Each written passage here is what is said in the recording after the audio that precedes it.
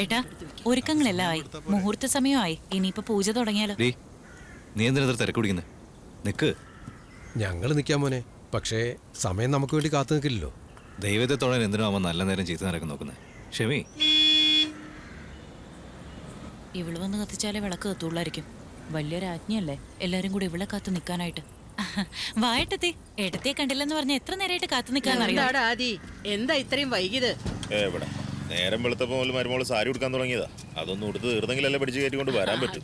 മൈത്താണ്ടി, നിന്നെ എത്ര നേരമായിട്ട് വിളിക്കുക? നിനക്ക് ഫോൺ നിർക്കായിരുന്നില്ലേ? പൂജ തുടങ്ങാൻ സമയമായി. നമ്മുടെ നാട്ടിലെ റോട്ടിൽ കൂടെ 4 കൈ ഉണ്ടെങ്കിലും വണ്ടി ഓടിക്കാൻ പറ്റില്ല. അതിനിടയ്ക്ക് ഞാൻ എന്റെ ഫോൺ അറ്റൻഡ് ചെയ്യാൻ പോകുന്നു.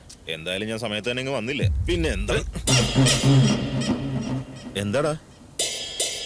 അല്ലണ്ണ, അണ്ണനെ തല്ലാനൊന്നും. കൊള്ളാലോടാ, നിന്റെ അണ്ണനാവുന്നതിന് മുമ്പേ ഇവൻ എന്റെ ഫ്രണ്ടാടാ.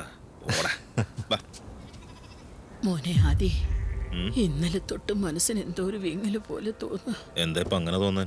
പൂജ കഴിഞ്ഞ ഉടനെ കാറിലേക്ക് കയറി തേനി പോയി നമുക്ക് ഡോക്ടറെ കാണാം. അതല്ലടാ, ഇന്നലെ ഒരു സ്വപ്നം കണ്ടു. പിന്നെ കണ്ടല്ലേ? എങ്ങോട്ട് നോക്കിയാലും ആനയും കുതിരയും ആളും അമ്പാരിയും എല്ലാവരുടെ കയ്യിലും ആയുധങ്ങള്. കുരുക്ഷേത്ര യുദ്ധം കഴിഞ്ഞ പോലായിരുന്നു ആ സ്ഥലം മുഴുവൻ.